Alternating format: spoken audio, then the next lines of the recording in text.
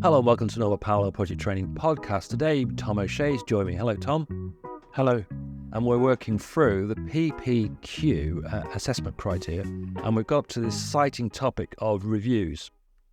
I know everybody loves a good progress review or stage review.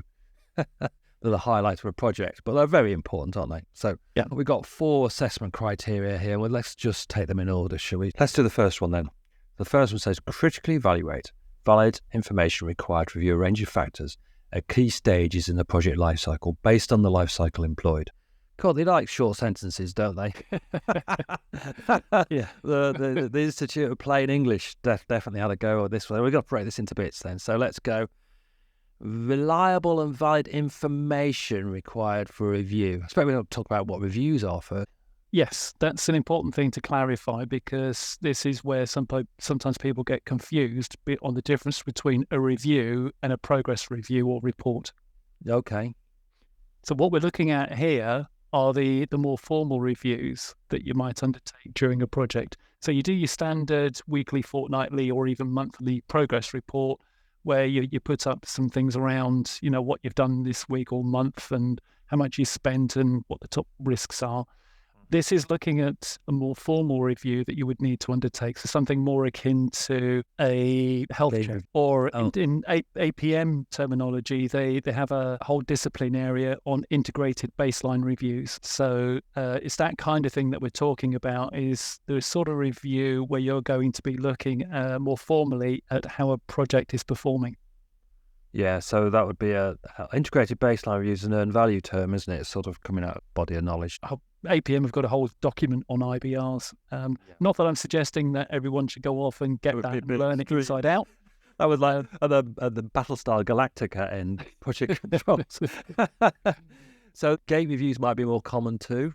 Yes, yeah. Go live reviews in IT. Sprint Could be, reviews. yeah. In an iterative, would it be a sprint review? Is that a formal review? That's more akin to a progress review in a project, isn't it? I'm not actually sure that I've ever heard of any formal reviews like this taking place during agile projects. But yes, if it was a larger type project, then maybe you would stop at some point to just check that we are managing this project effectively in an agile way. I expect the one people are most commonly is audit. External audit would be the most formal type of review. I thought this would probably include progress reviews, but I'll bow to your experience. So then we're talking about the validity and reliability of the data provided to those reviews. So how can we ensure that the data and information used in those reviews is accurate, really? Yeah. So I expect your integrated baseline review is a good example of that, because that's the purpose of that, is before you baseline a project, you basically audit that the data in the plan is accurate, correct. Yeah. What about a gate review? How would we do that there? In terms of the kind of review, whether it's a gate review or some other kind of audit or whatever, the important thing for this particular assessment criterion is the source of the information. So where are you going to get it from? And how do you know that the information you're being provided is reliable? Yeah. So if it's something that's, for example, coming from finance department, you would expect that it's going to be reliable, but is it telling you what you need to know in the way that you need to know it, or is it in the format that they wanted it in that suits them? Yeah. Are they telling you the things about your spend so far in the project that actually map to what you believe the situation to be? If you're getting progress reports in effect from team leaders, what's the evidence that backs up their reports that they say certain things are progressing well or not? Yeah. One of the people I was teaching on this told me about something called 3 lines of defense. Uh-huh. And there they talk about checking the data yourself. Sounds complicated, but it's really simple. Check the data yourself as a project manager. Inquire if the data's correct.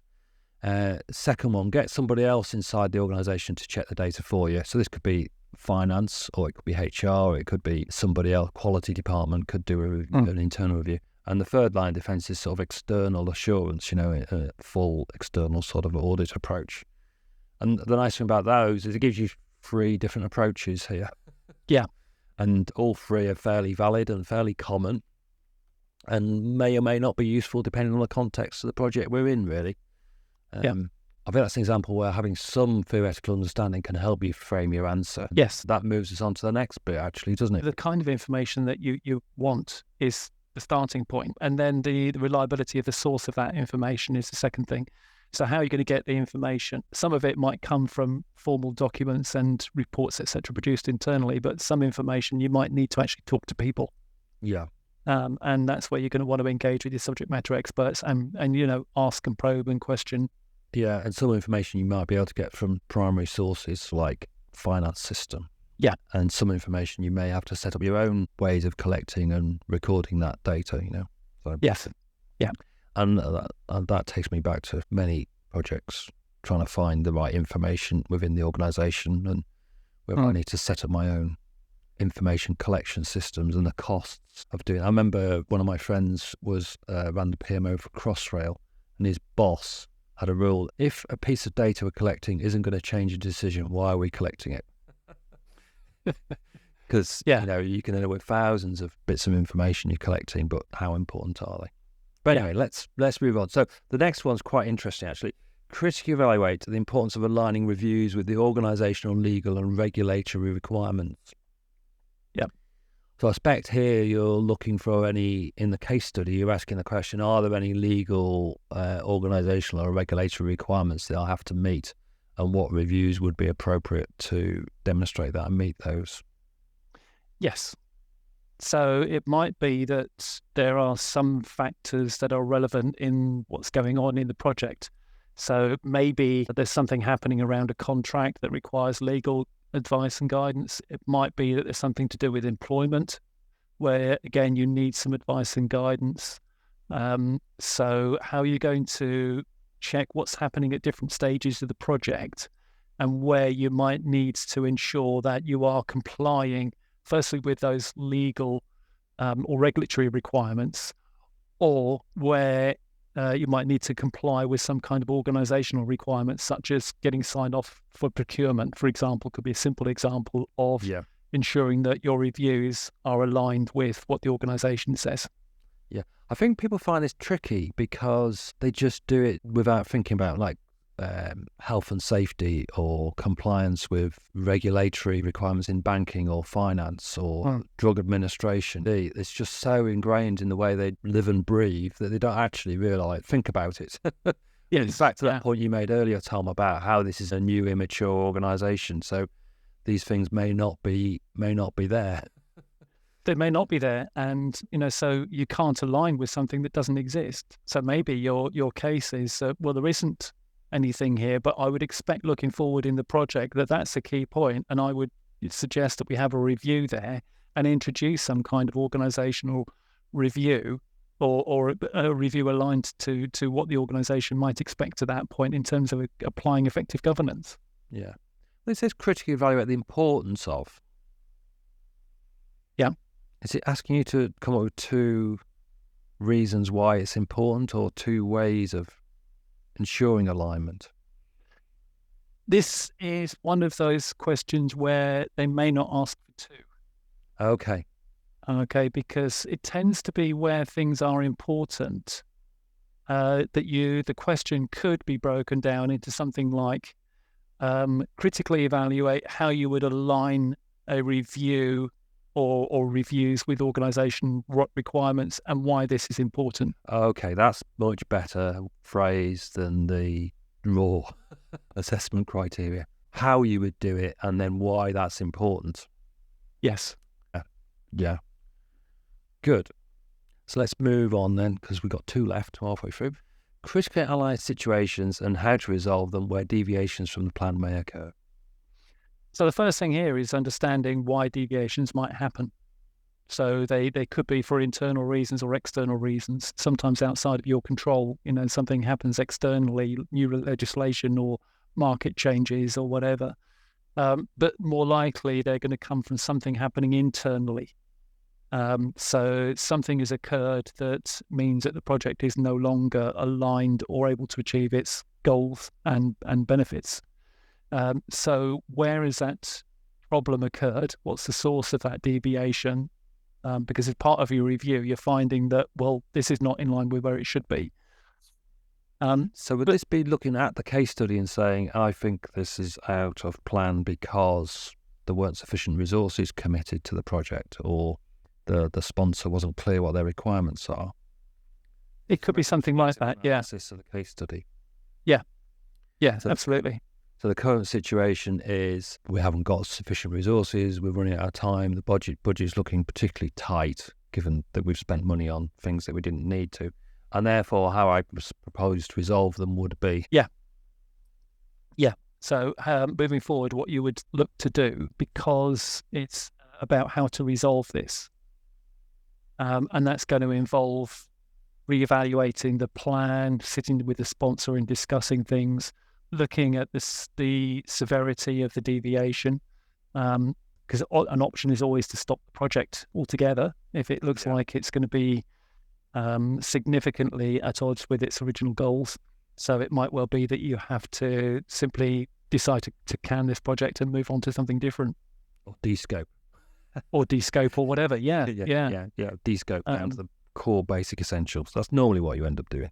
Yeah. Or throw more resources at it, which usually ends up with it being even later. Yeah, it's back to the old triangle balance, isn't it? You either got to get more money. Yeah. You're going to extend the end date, or you're going to descope the project. Those are your three options, really, aren't they? And they are. Because the only other one is to take a chance on quality or safety, which are not options, really. Now, this is an analyse question. So critically analyse situations. So what you'd be expected to do here is have a think about a couple of different ways in which you could understand the deviation and how you could deal with it. So you're going to have to come up with a couple of ways and then look at the advantages and disadvantages of those. So that's very simply, it could be a desktop type exercise where you're just looking at the information and try to dig into it. Could be about sitting down with the sponsor and other stakeholders and the team members to discuss and evaluate what's gone on. And you would have to come up with the advantages and disadvantages of doing those two different approaches. But you're not required to make a recommendation on which one would be the one that you would take forward. Yeah. And analyse is the same for the next assessment criteria. Analyse the reasons for accurately documenting deviations from the project plan. Well, this one makes quite a lot of sense to me. This one's relatively simple. Yeah. It's basically the why reason. Why are you doing it? Well, if you can't, you should be able to explain why you're looking at deviations from your plan.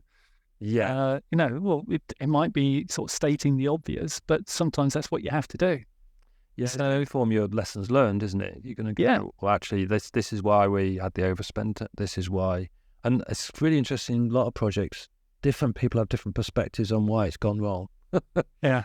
And it's about that fog of war, isn't it? It's like, well, what's the real root cause of the problems that we had? Yeah. And why do we want to do that? So we get better at future projects, I suspect. Well, you can take corrective action straight away. Yes. The sooner you identify a problem, the sooner you can correct it. Yeah, especially if you can identify the root cause. Yeah. Because you will get mixed messages off different people.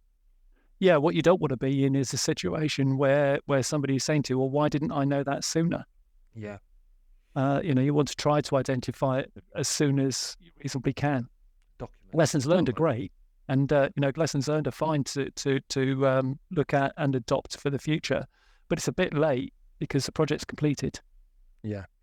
The other reason that I often mention is contemporaneous records. So if you do end up in a dispute with a supplier, if you've documented why the project was late or overspent at the time that it was late or overspent, so maybe the supplier was late or you were late providing information or third-party delay, it's a lot easier to document that as you go along rather than retrospectively when you face a claim or potential legal action to try and then recreate what actually happened through trawling through all the emails and everything. So so quite often people do this as a daily log. Well, they used to in the old daily project log to sort of record what's happening each day on the project. And so you can then go back and say, well, on this particular day. Yeah, so it gives you that audit trail where you can go back and see what happened. Yeah.